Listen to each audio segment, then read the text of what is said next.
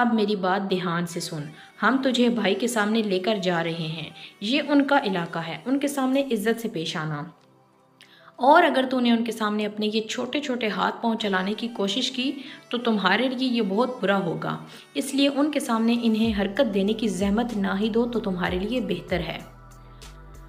اسے اس وقت ان لڑکوں پر شدید غصہ آ رہا تھا جو اس پر حکم چلا رہے تھے، کیونکہ اس نے آج تک صرف حکم چلانا سیکھا تھا، حکم سننا نہیں۔ ایک لڑکے نے اس کو کرسی سے کھولا اور اسے پکڑے چلنے لگا، مگر اس کے ہاتھ ابھی بھی بندھے تھے۔ پھر اسے دروازہ کھلنے کی آواز سنائی دی۔ بھائی، یہ ہے وہ لڑکی۔ وہ دیوار کی طرف رخ کیے کھڑا تھا، اس نے ہاتھ سے اشارہ کیا تو وہ لڑکے مڑے اور دروازہ بند کر کے چلے گئے۔ اب وہ اس سوچ میں مبتلا تھی کہ یہ کون شخص ہے۔ اس کو بند کمرے میں کسی کے قدموں کی چاپ اپنے قریب آتے سنائی دے رہی تھی۔ اس شخص نے اس کا سر سے لے کر پاؤں تک لڑکوں جیسا حلیہ نوٹ کیا۔ اس نے سگریٹ کا ایک لمبا کش لگا کر دھواں اس کے چہرے پر پھونکا۔ وہ بری طرح کھانسنے لگی۔ جاہل انسان، میں تمہیں جان سے مار دوں گی۔ کون ہو تم؟ کھولو میرے ہاتھ، وہ چلائی۔ شش!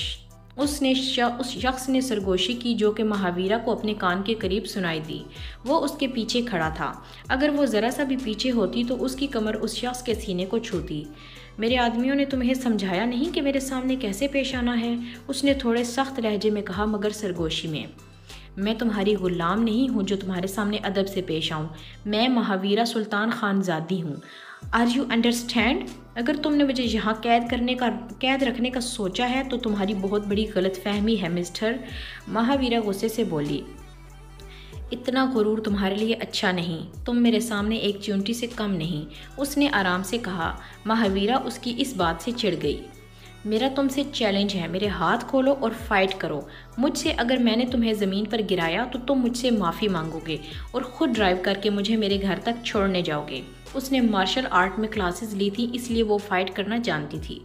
اور اگر میں نے تمہیں زمین پر گرا دیا تو؟ شخص نے سوال کیا۔ تو جو تم کہو گے میں مانوں گی۔ مہاویرا کچھ دیر خاموش رہنے کے بعد بولی۔ ڈن، وہ کہہ کر قاتلانہ انداز میں مسکرایا تو اس کے رخسار کا ڈمپل ہلکا سا رونما ہوا۔ اس نے مہاویرا کے ہاتھ کھولے تو ماہا نے جلدی سے اپنی آنکھوں سے پٹی ہٹائی۔ وہ بے دہانی میں پیچھے مڑی تو اس کے سینے سے ٹکرا گئی۔ آؤچ! وہ خود کو سنبھال نہیں پائی تو اس شخص نے اس کی کمر میں ہاتھ ڈال کر اسے گرنے سے بچایا۔ مہاویرا کی نظر اس کے چھوٹے سرخ ہونٹوں پر پڑی جو شاید سگریٹس پینے کی وجہ سے کناروں سے کلیجی مائل تھے، پھر اس کے بالوں پر جو کالے اور لمبے ہونے کے ساتھ ہلکے سے اس کی پیشانی، کانوں اور گردن کو ڈھانپ رہے تھے۔ اس کی شخصیت میں رعب تھا۔ وہ اس کی آنکھوں میں دیکھنے والی تھی کہ وہ بولا۔ تم تو فائٹ سے پہلے ہی گر گئی میڈم، اس نے طنز سے کہا تو ماہا نے خود کو کمپوز کیا۔ ہٹو پیچھے، ابھی تم جانتے نہیں مجھے، ماہا نے چڑھ کر کہا۔ سب سے پہلے مجھے کڈنیپ کرنے کا مقصد بتاؤ۔ وہ یہ کہ تم نے میرے آدمی کو مارا، سنا ہے اس کا دانت بھی توڑ دیا۔ یہ تم شکر مناؤ وہ ابھی میرے گینگ میں نہیں ہے، ابھی ٹریننگ میں ہے، ورنہ کیا؟ ہاں، پہلی بات تو یہ کہ تمہارے وہ چھچورے آدمی اسی لائق تھے، اور دوسری بات یہ کہ میں کوئی عام لڑکی نہیں ہوں، میں فائٹ کرنا جانتی ہوں، جو کہ تمہیں ابھی پتہ چل جائے گا۔ مہاویرا اسے انگلی سے وارن کرتے ہوئے بولی۔ ہاں، چلو ابھی دیکھ لیتے ہیں کتنا دم ہے تم میں۔ اسے ماہا کا یہ ایٹیٹیوڈ اچھا لگ رہا تھا۔ اب وہ دونوں ایک دوسرے کے مقابل کھڑے تھے۔ وہ دیکھ سکتی تھی کہ باڈی بلڈر انسان کے سامنے وہ واقعی چونٹی کی طرح ہے، مگر اس وقت اس کے سر پر چیلنج پورا کرنے کا بھوت سوار تھا۔ مہاویرا نے ہاتھ کا مکہ بنا کر اس کو مارنا چاہا تو اس نے پھرتی سے ماہا کا ہاتھ پکڑ کر اسے گھمایا۔ ماہا کی کمر اور اس کا سینہ ایک دوسرے کو چھو رہے تھے۔ ماہا غصے سے پیچھے ہٹی۔ اب ماہا نے اسے مارنے کے لیے اپنی لات اٹھائی تو وہ نیچے ہو کر اٹھ کھڑا ہوا۔ ماہا کا نشانہ پھر سے چوک گیا، جس سے اس کو شدید غصہ آیا۔ وہ شخص فائٹ نہیں صرف بچاؤ کر رہا تھا۔ ماہا دوسری طرف رخ کیے آرام سے کھڑی ہو گئی۔ کیا ہوا؟ بس ہو گئی کیا؟ وہ شخص بولا۔ ماہا بجلی کی تیزی سے پیچھے مڑی اور اس کے منہ پر زوردار پنچ مارا۔ وہ ایک طرف کو جھک گیا۔ اس کی ہونٹ سے خون کی بوند نکلی جو اس نے ہاتھ کے انگوٹھے سے صاف کی۔ اچھا لگا، وہ مسکراتے ہوئے بولا۔ مہاویرا نے طنزیہ ایک سائڈ کی اسمائل دی جسے اس شخص نے ہرگز نظر انداز نہیں کیا۔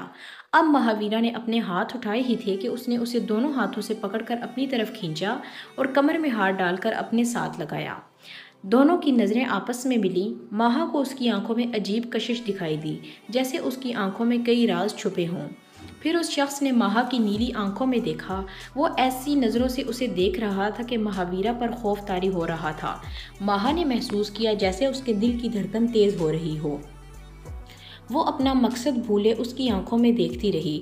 تبھی اس نے ماہا کی کمر سے ہاتھ ہٹا کر اسے ہلکا سا دھکا دیا اور وہ زمین پر جا گری۔ ماہا اب ہوش میں آئی تھی۔ اسے شدید احساس ہو رہا تھا اپنی غلطی کا۔ اب وہ اس سوچ میں تھی کہ وہ اس سے کیا بات منوائے گا۔ صدیق اور رخسانہ شدید پریشان تھے۔ ان کی بیٹی کالج کے لیے گئی تھی اور ابھی تک گھر نہیں آئی تھی۔ وہ تو شام میں بھی گھر سے باہر نہیں نکلتی تھی اور اب رات ہو چکی تھی۔ ایک وہ حد سے زیادہ ڈرپوک لڑکی تھی۔ وہ اس کے کالج اور محلے میں اس کی کچھ دوستوں سے پتہ کر آئے تھے مگر کہیں سے کچھ معلوم نہیں ہوا۔ صدیق میرا دل بیٹھا جا رہا ہے، ہماری بیٹی ضرور کسی مصیبت میں ہے، رخسانہ روتے ہوئے بولی۔ اللہ رحم کرے گا رخسانہ، ایسے وسوسے دل میں نہ آنے دو۔ پریشان تو وہ بھی اتنے ہی تھے مگر رخسانہ کو حوصلہ دینا ضروری تھا، وہ ماں تھی۔ کیسے نہیں آئیں گے وسوسے؟ رات کے 11 بج رہے ہیں اور ابھی تک گھر نہیں آئی وہ۔ اللہ ہی ہماری بچی کی حفاظت کرنے والا ہے رخسانہ، اس کی عزت پر آنچ نہیں آئے گی، مجھے یقین ہے میرے رب پر۔ جیسے جیسے وقت گزر رہا تھا ان دونوں کی پریشانی میں اضافہ ہو رہا تھا۔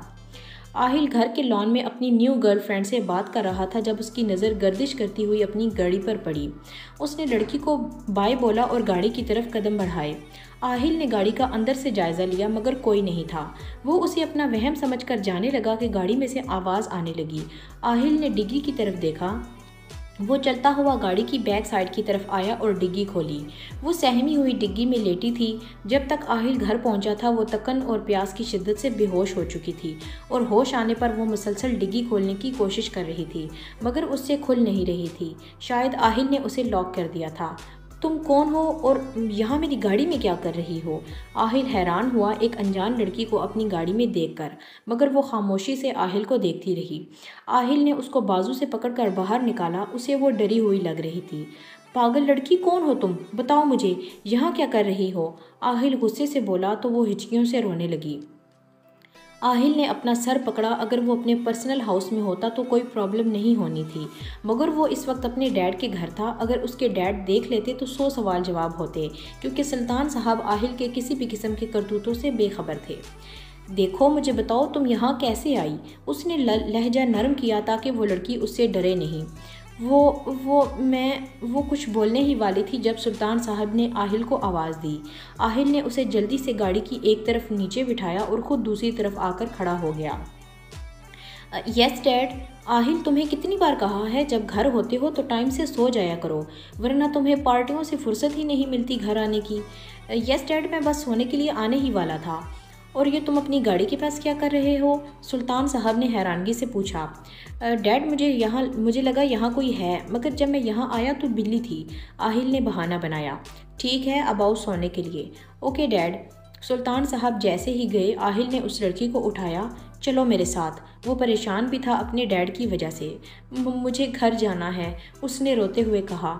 اس وقت گھر جانا ہے؟ تمہیں رات کے 12 بج رہے ہیں، آہل نے اسے سمجھاتے ہوئے کہا۔ 12 بجے کا سنتے ہی وہ مزید رونے لگی کیونکہ وہ جانتی تھی کہ اس کے ماں باپ کتنے پریشان ہوں گے۔ ہے چپ کرو، آہل نے اس کے منہ پر ہاتھ رکھا۔ چلو میرے ساتھ، تم مجھے آج مرواؤ گی۔ وہ اسے زبردستی پکڑ کر ادھر ادھر دیکھتا اپنے کمرے میں لے گیا۔ اگر یہاں تک آئے ہیں تو پلیز ویڈیو کو لائک کر کے جانا اور ایک کمنٹ نیچے ضرور چھوڑا کریں، اور اگر چینل کو سبسکرائب نہیں کیا تو چینل کو سبسکرائب ضرور کر کے جانا۔ اوکے، اللہ حافظ۔